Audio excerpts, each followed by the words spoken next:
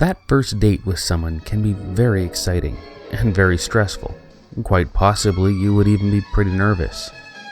On December 20th, 1968, David Faraday, 17, and Betty Lou Jensen, 16, were on their very first date together, and after a great evening, they decided to spend a little time at a turnout on Lake Herman Road. The local teens use it as kind of a makeout spot. Not too long after their arrival, another car parked near theirs. It is believed that the young couple was then ordered out of the car, Betty Lou first, followed by Faraday. Before he could fully exit the vehicle, he is shot in the back of the head by the left ear. Betty Lou attempts to run away, but she is shot 5 times and is found 30 feet away from the car. Roughly 6 months later, July 4th, 1969, the killer strikes again. The unfortunate couple this time is Darlene Ferrin and Michael Mageau. They thought it would be nice to go to the Blue Rock Springs Park in Vallejo. Things were okay in the beginning, but a short time later another car showed up beside them, but left almost immediately. The second car would return 10 minutes later, however, and carrying a flashlight, the driver walked to the passenger side of the door of the couple's car and opened fire. They were both hit several times. Some of the bullets that hit Darlene passed through Michael. The killer was about to go back to his car, but he heard noises coming from Michael, so he went back and shot him a few more times. Sadly, Darlene did not survive. Incredibly, Michael had, and was able to give the police an idea of who was behind the attack.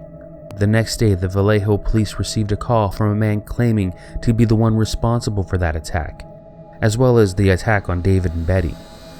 They traced the call to a phone booth that was just a few blocks away from the police station. On August 1st, 1969, 3 almost identical letters were received by 3 different news outlets: the Vallejo Times-Herald, the San Francisco Chronicle, and the San Francisco Examiner. Each envelope that was sent out had 1/3 of a 408 symbol cryptogram. A cryptogram is a puzzle where letters and symbols are used to replace what the actual message would be.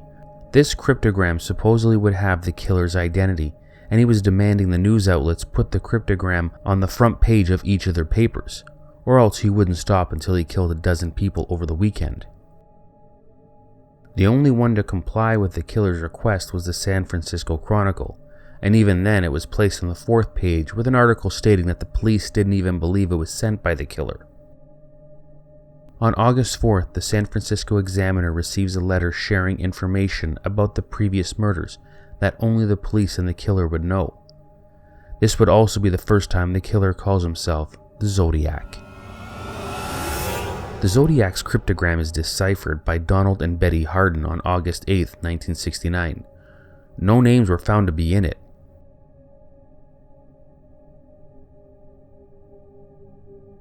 September 27, 1969, the Zodiac attacks another couple. Brian Hartnell and Cecilia Shepard were having a picnic at Lake Berryessa when the Zodiac showed up, tied them up, and then began stabbing them repeatedly. Cecilia would die 2 days later.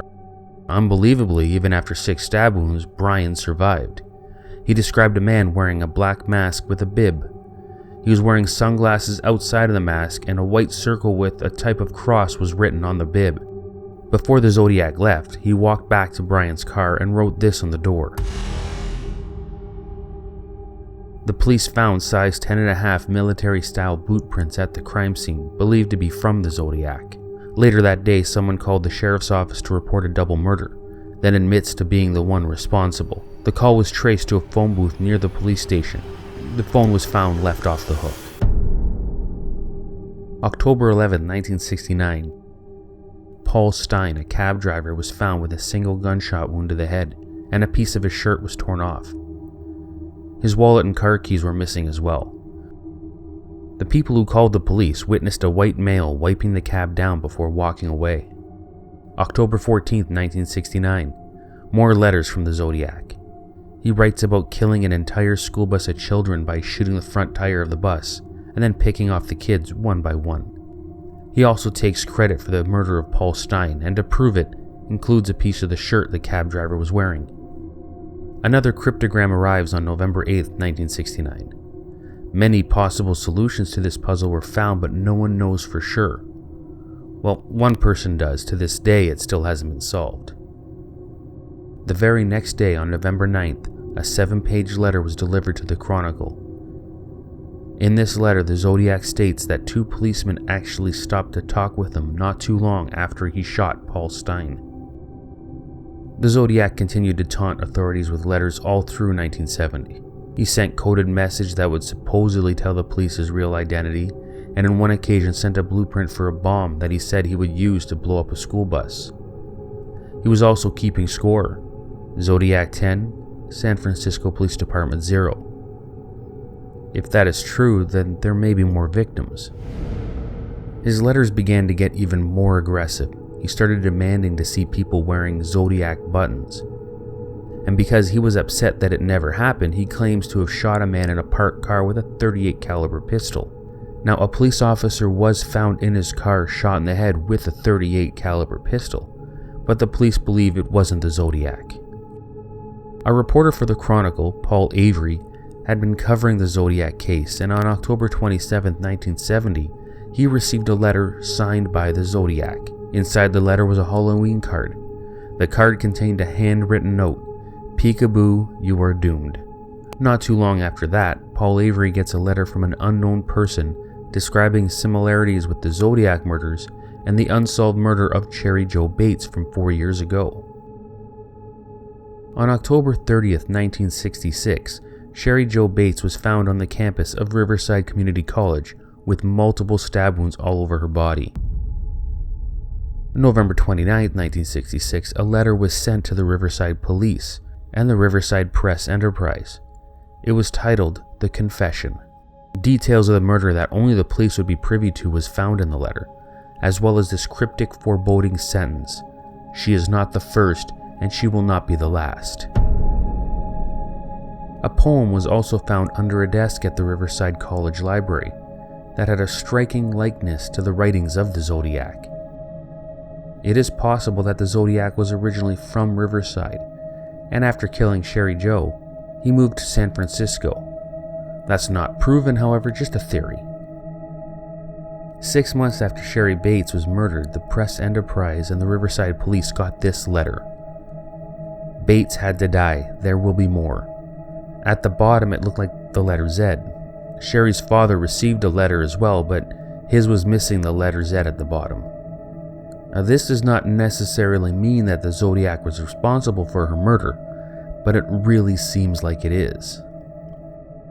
The Zodiac writes to Paul Avery again on March 13, 1971, saying that there are a hell of a lot more victims in Riverside besides Cherry Bates. On March 22, 1971, the Zodiac claims that he is responsible for the disappearance of Donna Lass. No evidence has been discovered to prove that, however. It was speculated that the Zodiac was responsible for the murder of high school students Robert Domingos and Linda Edwards. They were shot repeatedly with a .22 caliber weapon. They were found in a partially burned shack, as it appears the killer placed them there to try to get rid of the evidence. There were many letters sent to various news outlets throughout the 70s, but they were never verified to be sent by the Zodiac, except this one, January 29, 1974. In this letter, he states that the movie The Exorcist was the best satirical comedy that I have ever seen. And the bottom displayed a new score: me, 37, the San Francisco Police Department, 0. Now, it is possible that he might have been exaggerating, but who really knows? Now, years later, many people came forward to let everyone know who they believe was the Zodiac. Dennis Kaufman says it was his stepfather, Jack Terrence. In 2007, he gave the FBI a hood that looked like the one the Zodiac wore, but DNA test results were inconclusive. And Steve Hodel believes that his father, George Hill Hodel, was the Zodiac. He also believes his father was responsible for Elizabeth Short's murder, better known as the Black Dahlia. George died in 1999, and both accusations were never proven. There is one suspect who many believe was the Zodiac: Arthur Lee Allen. Now, let's look at the reasons why he may have been the Zodiac. Alan's friend Don Chaney told the police how Alan confided in him, telling him that he wanted to kill random couples and call himself the Zodiac. Don Chaney also states that Alan admitted that he liked a waitress at a nearby restaurant, Darlene Farron. Now, Darlene had worked at the International House of Pancakes about 1 block away from Lee Allen's home. In 1957, Allen was enlisted into the Navy, which kind of connects him to the 10.5 military boot print found at Berryessa Park. His shoe size? 10.5. He was also found to have knives that were covered in blood. His excuse was that he used them to kill a chicken. Allen's mother in 1967 gave him a watch. The name of that watch? Zodiac. He was in the possession of a typewriter which was similar to the style that was used to print the confession letter regarding Sherry Jo Bates. Arthur Lee Allen lived just a 10-minute walk from the payphone that was used by the Zodiac when he made his first call to the police.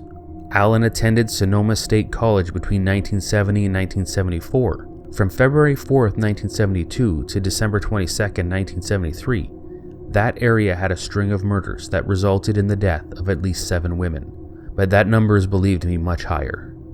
September 27th, 1974, Allen was arrested for child molestation and was eventually sent to prison. From the date of his incarceration, March 14, 1975, to his release on August 31st, 1977, the Zodiac letters stopped. Then, suddenly on April 24th, 1978, another letter arrived. Now, this is quite the list, and to many you would think it has to be him. Who else could it be? Unfortunately, this is all just circumstantial. When you look at the wanted poster that was made from an eyewitness, it looks nothing like Allen. And then you have the DNA evidence. That's what will make you believe that it can't be Arthur Lee Allen. They were able to lift a partial palm print from the phone booth that the Zodiac used to make a call to the police. It wasn't a match. Upon Allen's death in 1992, the police compared his DNA with all the evidence they had and came up with nothing. The case remains open to this day, but there are many, myself included, who believe that the Zodiac died in 1992. Thank you so much for watching, and if you enjoyed this video, please don't forget to hit that like button and then subscribe. My name is Rick, and I'll see you next time on The Unsolved.